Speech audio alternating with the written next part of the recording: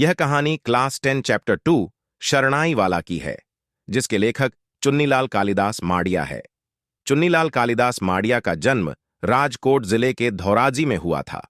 वह एक कहानीकार, उपन्यासकार और नाटककार के रूप में प्रसिद्ध हुए। यह कहानी एक शरणाई वाले रमजू मीर की है। रमजू मीर जब शरणाई बजाता था, तब सभी लोग उसकी शहनाई की आवाज में खो जाते थे। पर आज का दिन कुछ और है। आज गांव के किसी लड़की की विदाई है, जिसका नाम गवरी है, जिसकी विदाई के समय रमजू मीर खुद की शहनाई की धुन में ही खो जाता है। विदाई में अपने मृत बेटी की याद में रमजू मीर को खोते देख सभी गांव वालों की आंखें नम हो जाती हैं।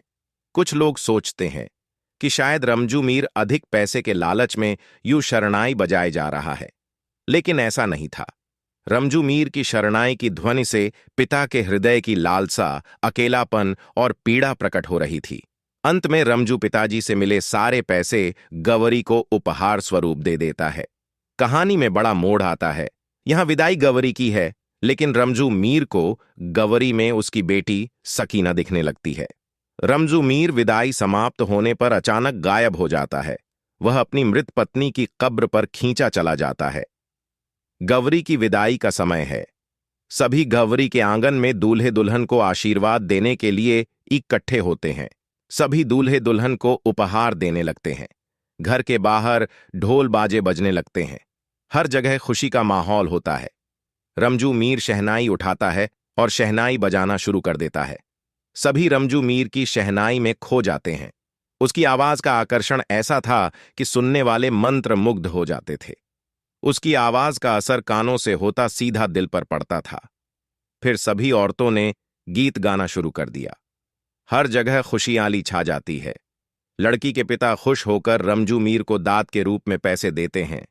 फिर गवरी की विदाई का समय आ जाता है।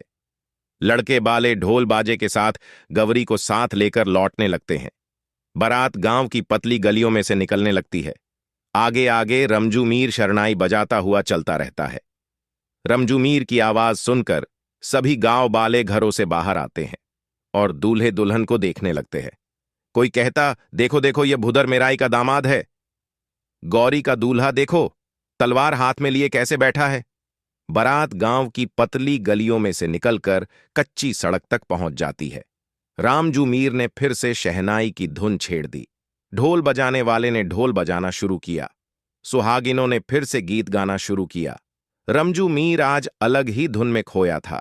सुनने वालों के लिए यह तय करना मुश्किल हो गया कि गाने की धुन अधिक अच्छी है या शरणाई की। जिन लोगों को म्यूजिक का पता नहीं होता, वो भी रमजू मीर की धुन में खो जाता। रमजू मीर की शहनाई में दूल्हे के पिता भी खो गए। वह रमजू मीर को दाद देना भूल गए। नतीजा यह हुआ कि काफी देर तक गाने और ढोल बजते रहे। आखिर जब दूल्हे के पिता का हाथ थैले में चला गया और रमजू के हाथ में पैसे मिले, तब रमजू मीर आगे बढ़ा। देखने वालों को ऐसा लगता है, रमजू मीर कितना लालची हो गया है। वह पैसे लिए बिना आगे ही नहीं बढ़ रहा है। रमजू के धुन से पूरा बाजार जाग उठा। कामगार और दुकानदार अपने दुकान की दहलीज पर खड़े होकर बारात और दूल्हा दुल्हन को निहारने लगे। पूरी बारात रंग बिरंगी सजावट से सजी हुई थी। सबसे आगे रमजू के सिर पर लाल पगड़ी लहरा रही थी। गाड़ी में बैठे दुल्हन के लाल रेशमी कपड़े और दूल्हे की तलवार की रंग बिरंगी म्यान के एक अलग ही रंग बिखेर रही थी। उनके पीछे विदाई के गीत गाते हुए सुहागिनों की वेशभूषा एक उत्सव का माहौल बना रही थी। रमजू मीर की शहनाई ने भीड़ भाड़ वाले बाजार में एक नई दुनिया रच दी। उसकी आवाज का जादू ऐसा था कि यह सुनने वालों को मंत्रमुग्ध कर रहा था। इसका असर सीधे कानों से दिल तक पहुंच रहा था। भले ही लोग शहनाई की धुन को समझे या ना समझे, वो सभी धुनों पर झूम उठते। भरे बाजार के चौराहे पर खड़ा रमजू मीर शहनाई बजा रहा था। रमजू मीर की धुनों से सभी दर्शकों की आंखों के सामने एक पति पत्नी और एक प्रेमी की कल्पना महसूस हो रही थी। रमजू मीर की धुन ने सभी श्रोताओं को आनंदित कर रखा था, जो हर क्षण और अधिक तीव्र होती जा रही थी। एक झटके में गाल फुलाते हुए शहनाई को बजाते हुए और निष्क्रिय वाद्य को जीवंत कर रहा था। लंबे अनुभव का परिणाम यह हुआ कि पूरे गांव को पता चल गया था कि एक बार जब रमजू शहनाई बजाने लगता है, तो उसे समय या स्थान का कोई होश नहीं रहता। ये सब देखकर लड़के के पिता तुलसी वेवाई को गुस्सा आ रहा था, इसलिए वे रमजू मीर को लालची कह रहे थे। तुलसी वेवाई रमजू मीर को आगे बढ़ने के लिए कह रहे थे, चलो मीर, चलो, चलने दो। लेकिन अनोखे धुन में झूम रहे रमजू के पास ऐसे आदेश सुनने का समय कहाँ था। मीर अपनी शहनाई में मग्न था और तुलसी वेवाई के मन में चिंता हो रही थी कि यदि हम इसी गति से आगे बढ़ते रहे तो जल्दी ही शाम हो जाएगी और हमें अंधेरे में चलने के लिए मशाल जलानी पड़ेगी। बत्ती का खर्च देने की बजाय वेवाई ने इस रमजू मीर को और अधिक पैसे देकर आगे बढ़ने के लिए प्रेरित किया।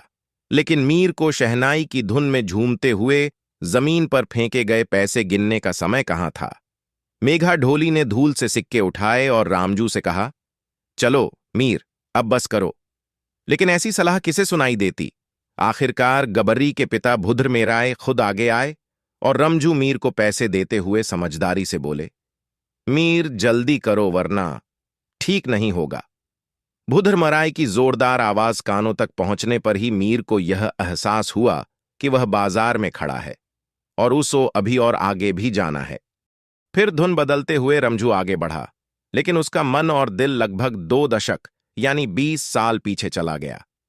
लगभग 20 साल पहले एक ऐसे ही सुनहरे दोपहर में रमजू मीर ने अपनी बेटी सकीना को भी इसी तरह से विदाई दी थी।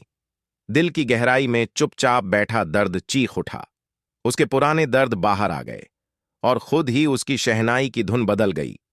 उमंग और खुशी की धुनों की जगह वेदना की पीड़ा बहने लगी। श्रोता इस अचानक परिवर्तन को नहीं समझ पाए, लेकिन इस नई धुन का असर उनके दिलों पर तेजी से पड़ा। आकाश प्रकाश से भरा हुआ, धरती धूप से चमक रही थी और धरती पर काले नीले रंग का बादल छा रहा था। नफरत की लहरें उठ रही थीं और पूरे वातावरण में एक गहरी उदासी फैल गई थी। वे लोग जो कुछ ही समय पहले अत्यधिक प्रसन्न थे, अब स्तब्ध थे। यहां तक कि गीत गाती सुहागनें भी शहनाई के प्रभाव से अधिक दर्द भरे विदाई गीत गाने लगी। रमजू मीर शहनाई बजाने और अपने दिल में छुपे बड़े दर्द को व्यक्त करने में बहुत कुशल था। फिर भी इन गीतों में गाए गए दर्द की पीड़ा लोगों की कानों को झकझोर देती थी और सभी के दिल से खुद ही आंसू बहने लगते थे। उसकी धुन में 2 गुना दर्द था। इस समय गवरी के पिता भुद्धर मेराई अपनी बेटी की विदाई से दुखी हो रहे थे, लेकिन रमजू मीर के दिल के गहरे दुख से भरे धुन से सब स्तब्ध हो गए।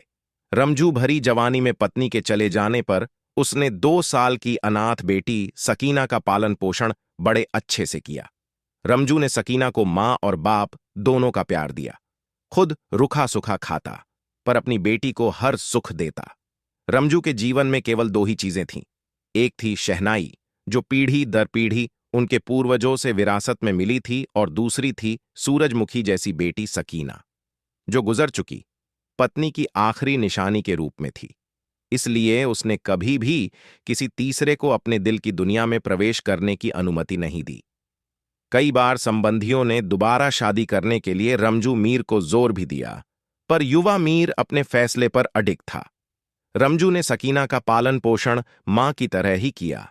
सकीना का लाड प्यार पूरे गांव में प्रसिद्ध था। रमजू अपनी बेटी को मां और पिता दोनों का प्यार देने के लिए दुगना प्रयास करता था। वह खुद कभी सूखी रोटी खा लेता, लेकिन अपनी बेटी के लिए सिर्फ ताजा पका हुआ खाना रखता। अपनी फटी हुई कपड़ों पर 100 पत्थर मारकर भी सकीना के लिए फूलों की माला बनाता। बीन मां की बेटी को किसी भी चीज की कमी न हो, इसके लिए वह हमेशा ध्यान रखता। जब तक सकीना गोद में बैठने लायक नहीं हो गई, तब तक रमजू उसे हमेशा अपने पास ही रखता। जब वह शहनाई बजाने जाता तो सकीना को अपनी गोद में या उसकी पीठ पर बैठाए रखता।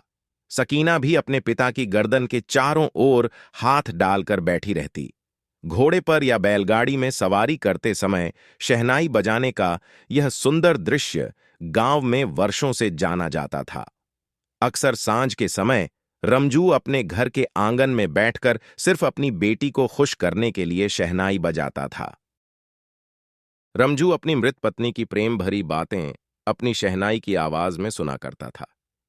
इस प्रकार शरणाई रमजू मीर के लिए केवल रोटी कमाने का साधन नहीं था, अपने जीवन साथी से निकटता महसूस करने का एक साधन था। इसीलिए जब भी रमजू अपनी पत्नी की कब्र पर फूल चढ़ाने जाता था तो मुरझाते फूलों और पौधों की गंध का आनंद लेते हुए शरणाई का गीत गाता था। रमजू की यह अजीब खूबी पूरे गांव में चर्चा का विषय बनी हुई थी। दुखी आदमी की इस सनक को समझदार लोग पागलपन कहा करते थे। इस समय उसके कदम गांव की अंतिम सीमा की ओर बढ़ रहे थे, लेकिन मन अतीत की यात्रा पर था। अपने बेटी की विदाई का समय उसे इस मौके पर आंखों के सामने आने लगा। चूंकि उसकी बेटी की विदाई को हुए भी कुछ ही वर्ष हुए थे, रमजू का कोमल हृदय द्रवित हो गया। उसे ऐसा महसूस हो रहा था कि उसकी बेटी सकीना की विदाई हो रही है। सकीना के विदाई किए जाने के 8वें दिन उसकी रहस्यमय मृत्यु हो गई, जिसका रहस्य रमजू भी नहीं सुलझा सका। वह मौत, सकीना की असामयिक मृत्यु के साथ उसको अपनी पत्नी के साथ साथ बेटी के भी चले जाने का बहुत गहरा शोक हुआ। वह कई दिनों तक निःशब्द रहा। उनकी बदहवास हालत को देखकर लोग कहते थे कि यह तो पागल हो गया है। गाड़ी गांव के सीमा पर रुक गई। गौरी एक के बाद एक अपने दोस्तों के समूह से विदा लेने लगी। सभी बहनें गौरी के पास जातीं, गौरी की कान में धीरे से फुसफुसातीं और आंखों में आंसू लिए लौट जातीं। गौरी की आंखें रोकर लाल हो चुकी थीं। अपनी रोती बेटी को देखकर मां का आंसू भी नहीं रुक रहा था। सभी लड़की वाले, सगे संबंधी, बैंड बाजे वाले एक एक कर गौरी को विदाई देकर लौटने लगे। बच गया तो केवल रमजू मीर, जो अभी भी सरनाई बजाए जा रहा था। अब तुलसी मेराय का गुस्सा बेकाबू हो गया। उसने जमीन पर फेंके हुए सिक्कों को मीर के हाथों में पकड़ा दिया और फिर उसे डांटते हुए कहा, बस करो मीर, अब रास्ता देखो और घर जाओ, या अभी और भी पैसे कमाना बाकी है। सभी लोग रमजू मीर पर हंसने लगे और रमजू मीर का मजाक उड़ाने लगे। अचानक से रमजू मीर को किसी फूलों की खुशबू आई। उसके कदम फूलों की खुशबू की तरफ बढ़ने लगे। उसने जल्दी से अपने पैसों को निकाला और दाद में मिले सभी और खुद के पैसों को भी गौरी को देने लगा। वहां पर मौजूद सभी लोग चकित हो गए। सभी लोग जो पहले रमजू मीर पर हंस रहे थे और रमजू मीर का मजाक उड़ा रहे थे, अब उन सबों की आंखों में आंसू थे। गौरी ये सब देखकर स्तब्ध थी। उसे समझ नहीं आ रहा था कि अब वो क्या करे। वह पैसे को लेने के लिए मना न कर सकी। गौरी रमजू मीर की पीड़ा समझ सकती थी। जल्दी जल्दी में रमजू मीर ने नम आंखों से दूल्हे दुल्हन को आशीर्वाद दिया और आंखों से आंसू पोंछते हुए फूलों की खुशबू की तरफ बढ़ चला। चलते चलते वह अपनी पत्नी और बेटी की कब्र के पास चला गया। कहते हैं फिर उस दिन के बाद से किसी ने रमजू मीर को नहीं देखा और न किसी ने फिर उसकी शहनाई की धुन सुनी। इस तरह के एनिमेटेड वीडियो को देखने के लिए वीडियो को लाइक करें, सब्सक्राइब करें और बेल आइकन को दबा दें ताकि आपको वीडियो की जानकारी तुरंत मिल सके। धन्यवाद।